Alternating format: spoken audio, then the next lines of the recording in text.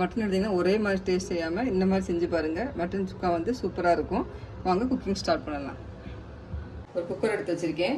இப்போ மட்டனை வந்து மஞ்சள் பொடி எல்லாம் போட்டு நல்லா அலசி வச்சுருக்கேன். இப்போ அதை சேர்த்துக்கிறேன்.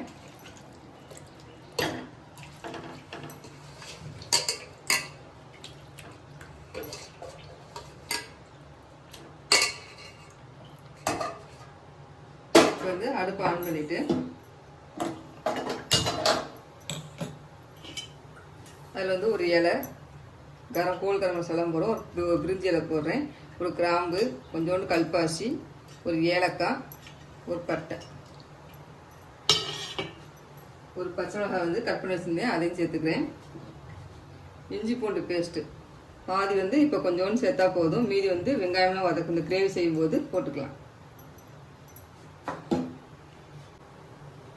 கொஞ்சம் மஞ்சள் பொடி போட்டுக்கிறேன். ஒரு ஸ்பூன் வந்து மிளகாத்தூள் போடுறேன். எல்லாத்தையும் வந்து ஒன்றோட மிக்ஸ் பண்ணி விட போகிறேன்.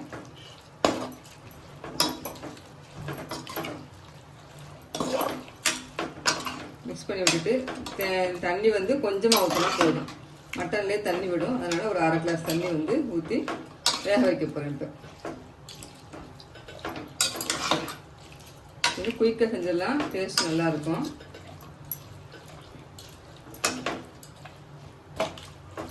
அளவு பரட்டி விட்டால் போதும். இப்போ தண்ணி ஊற்றிக்கிறேன்.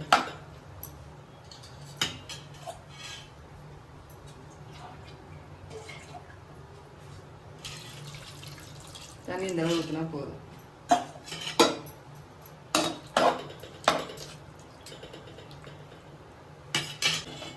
குக்கரை மூடிக்கலாம். மூடி 3 விசில் விட போகிறேன். மட்டன் வந்துச்சாங்கிறத பார்க்க போகிறேன்.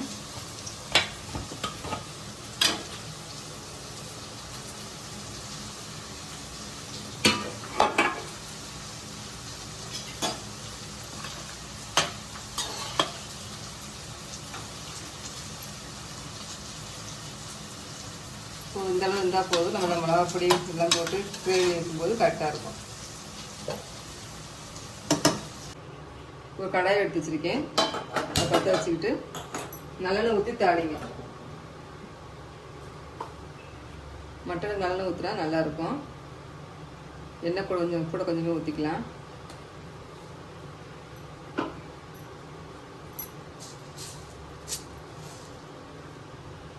எண்ணெய் சூடாகட்டும். இப்போ சோம்பு போட்டுக்கிறேன்.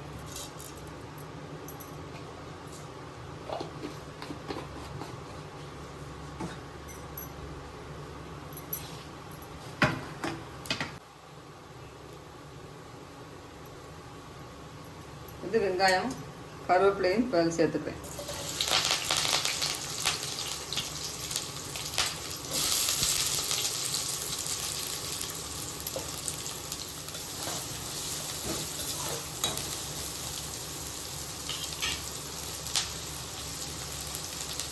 வெங்காயம் வதங்கட்டும். அது மாதிரி மட்டன் வந்து வெந்துச்சான்றதை பார்க்கணும்.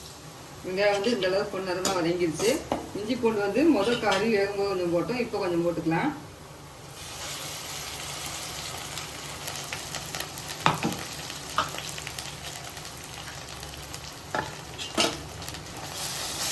வதக்கிட்டு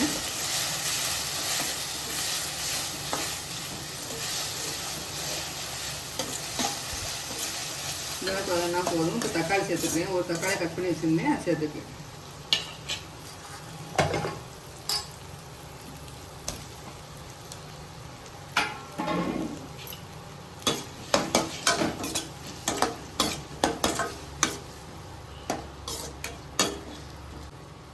தக்காளி நல்லா வதங்கிடுச்சு. இப்போ வந்து வேக வச்ச கறியை மட்டும் இப்போ எடுத்து போட போகிறேன். தண்ணி இருக்கட்டும்.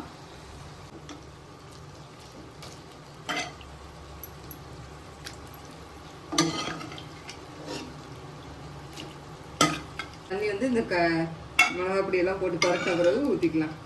வந்து கறியை மட்டும் போட்டு அதில் பரட்ட போகிறேன்.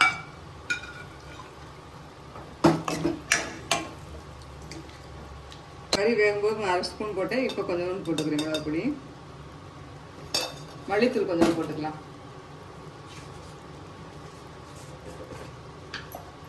மல்லித்தூள் 1 ஸ்பூன் போட போகிறேன்.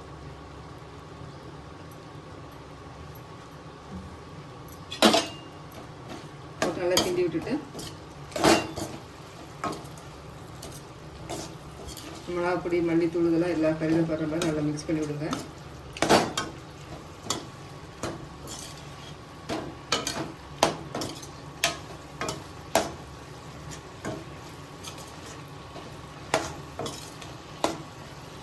அடுப்பு சிம்மிலே இருக்கட்டும்.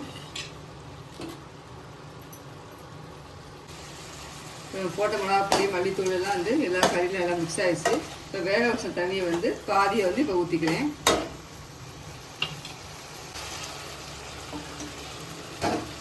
பாதியை ஊற்றிக்கிறேன். அதுக்கடுத்து கொஞ்சமாக ஊற்றி கறி வேகும்போது கொஞ்சமாக ஊற்றிக்கலாம்.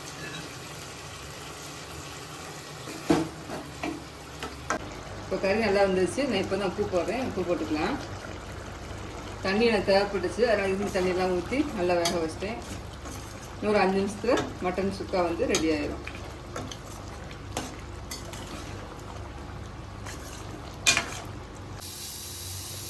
இப்போ வந்து நல்ல மட்டன் கிரேவி வந்து நல்லா ரெடி ஆகிடுச்சு. இது சுக்கா மாதிரி வச்சுக்கலாம். இன்னும் கொஞ்சம் தண்ணியாக வச்சா கிரேவி மாதிரி இருக்கும். நான் சுக்கா மாதிரி வச்சுருக்கேன்.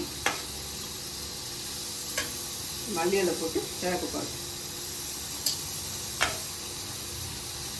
அதுவும் எண்ணெயெல்லாம் நல்லா புரிஞ்சு சூப்பராக வந்துருக்கு. எப்படி சாதத்தில் போட்டு பண்ணி சாப்பிட்டு நல்லா இருக்கும். மட்டன் சுக்கா சூப்பராக ரெடி ஆகிடுச்சு. நீங்களும் செஞ்சு பார்த்துட்டு எப்படி கமெண்ட் பண்ணுங்கள். எங்கள் சேனல் பிடிச்சிருந்தா சப்ஸ்கிரைப் பண்ணுங்கள், லைக் பண்ணுங்கள், ஷேர் பண்ணுங்கள்.